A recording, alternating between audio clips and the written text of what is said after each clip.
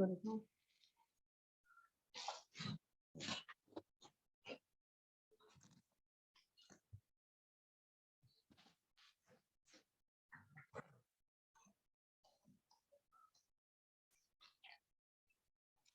morning, class. Today we will continue the same chapter, that is chapter number 31, punctuation. The definition of comma and exercise B we have already discussed. So without waste of time, please take out your book, page number 152. Making sure that you all have taken please.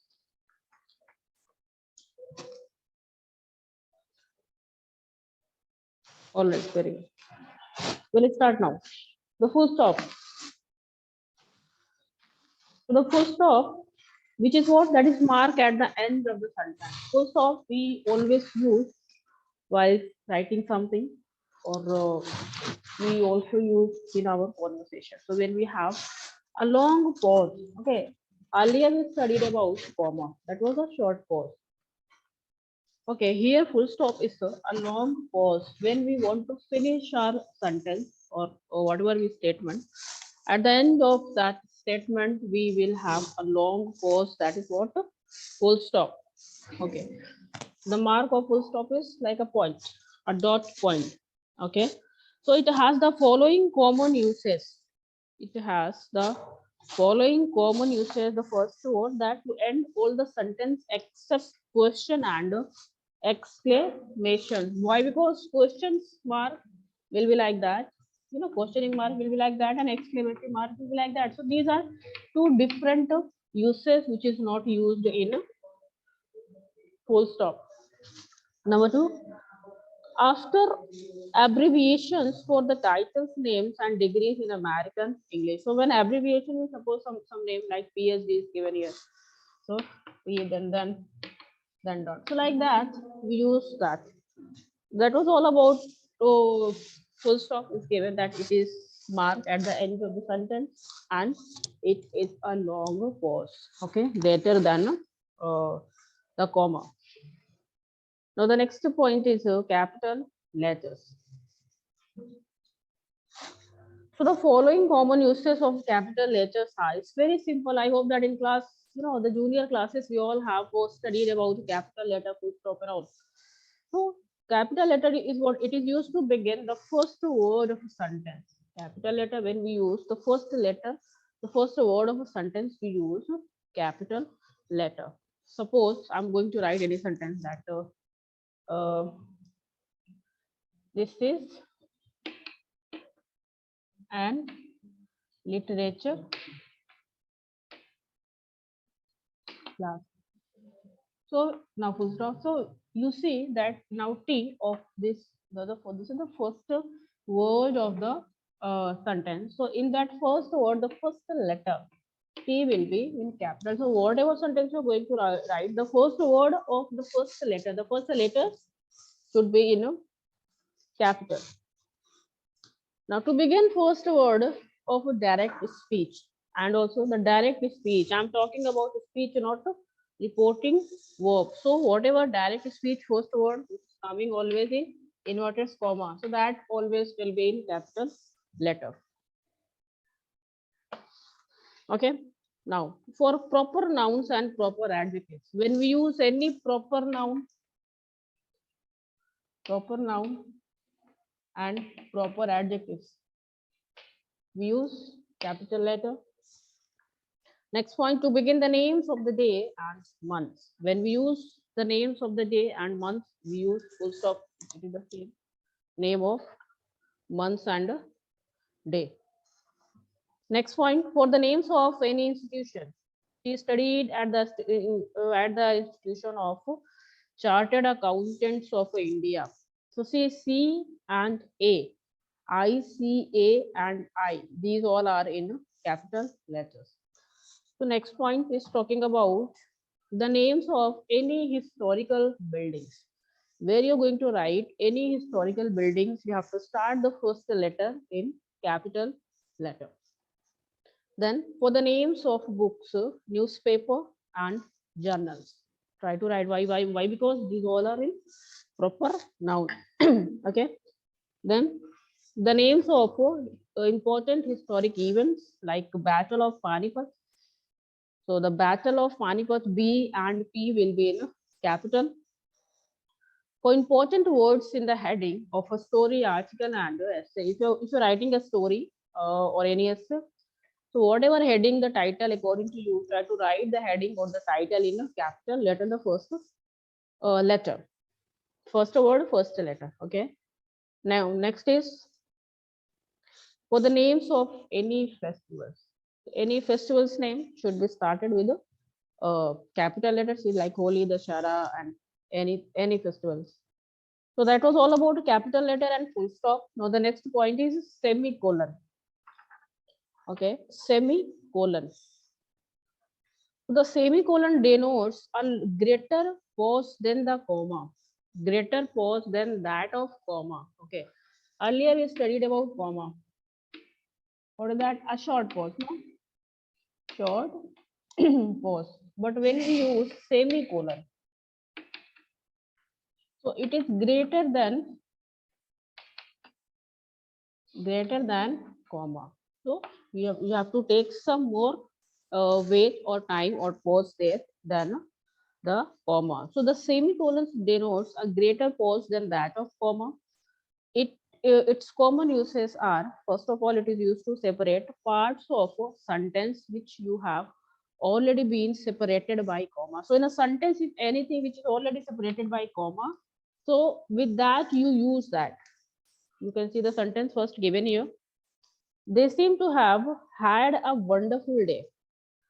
They seem to have had a wonderful day. After this sentence, you can see that comma, and just upside of the comma there is a dot. So that is a sign of semicolon. Okay, comma, just after that there is a dot. Okay, so that is a sign of that. So see, in this sentence, they seem to have had a wonderful day out. Then semicolon. They visited in botanical garden. Then comma. So that is the greater pause. And in the same sentence, you can use comma for a short pause. And then after the state museum and the water park. So botanical garden, the state museum, these are used for comma because they are having the short pause in the sentence. But the rest of the sentence which is started from there to the last day out, till there we use greater pause, that is what? Semicolon. Okay. Next, to separate a pair of words in a sentence, we use it to separate some pair of words in the same sentence. See, you need to be careful when using certain pairs of words, especially lie, lie. See, there are same pronunciation, but the spelling is changed. Try to understand this. Lie, then again lie, then die, and then die, whole, and then whole. So there are sentences, these words, let me explain here. Just wait. That is very important point for this. See some words like lie, then separated by comma, and then the same lie semicolon. And just after these two are separated by comma, and just after we are going to have a new word. Okay, that is what? Die. D-Y-E, separated by comma, and then again a new word, D-I-E, die. Then we have semicolon. Okay, again the new word, H-O-W-H-O-L-E, whole, separated by or semicolon because it is a new word, and then after again this side separated by comma, and then we have the same pronunciation like this side. Now it is separated by semicolon, and then in by comma and into by semicolon. So like that we can see the uses of comma and semicolons. Why? Because here you have to need, you need to be very careful when you use these pair of words. These are pair of words. So when we use these types of pairing words, okay, in between these two words we use comma, and just after where we have to use any new words. of the same pair, then we use semicolon. Okay. Now, next point is it is used between independent clause not connected by a comma. We had earlier studied about dependent and independent clause. So where you are going to have any independent clause that is not connected by a conjunction. It is not necessary that everywhere you use conjunction. Okay, sometimes what happens, you have to generally separate the sentence by using this semicolon or colon marks or comma marks. Your sense will come. See, my boss is very strict. Okay. After the word strict, there is used the word semicolon. My boss is very strict. Semicolon. I try and finish all my work within the given time. What should be there? If there will be no semicolon, so there should be a word like a conjunction. So that is why it could be a connector of these two phrases, these two clauses. My boss is very strict, so I try and finish all my work within the given time. Or because he is very strict, so that is why I just wanted to finish all my work, whatever given time by him. But there is no connector.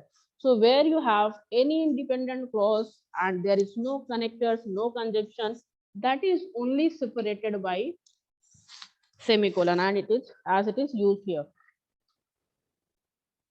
Okay. Now, just after that, there is colon marks. We had just completed semicolon. Semicolon, the sign of that is that. Now we have colon marks. Colon. So the colon denotes a pause which is longer than both the comma and semicolon. Very good thing. Okay. It is longer than comma and semicolon. Colon is what? Longer pause. Longer pause than comma and the semicolon. As it is mentioned with their name, semicolon, so it is very easy to understand that it is somewhere that semicolon is shorter than a colon. Clear?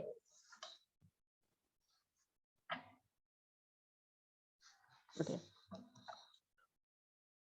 Okay. Both the comma and the semicolon, but shorter than full stop. Of course, full stop is the longest pause, as I explained earlier, just now when I start the class. See,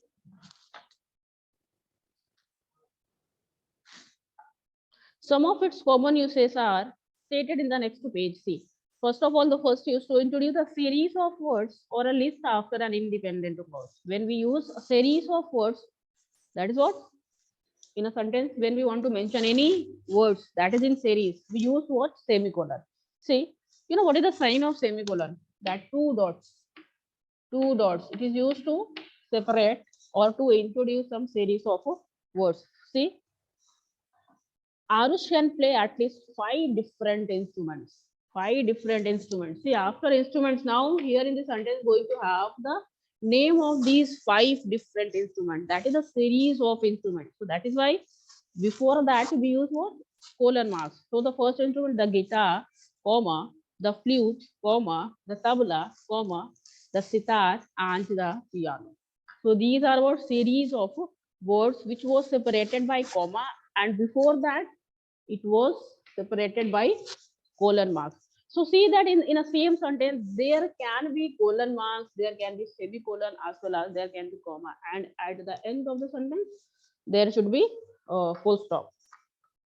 And the last is what? To introduce a quotation after an independent clause. Quotation, where we use quotation, we can use. Suppose you are writing a line, in that before quotation, you have to, start a quotation. You just give that, and thereafter you can start just before that your statement. And only now after that apostrophes remain. So we will discuss apostrophes tomorrow because the time is now finished. Try to complete exercise A, because just now capital exercise A is based on capital letter and we studied capital letter today. So do exercise A and Then exercise C is talking about what? Capital letter, commas, and full stop. Yeah, that also you can do. So exercise A and C, we have already completed. No, so A and C. In the next class, the last point only remains, that is apostrophe, and exercise C and exercise D and E will be discussed. So okay, students, thank you.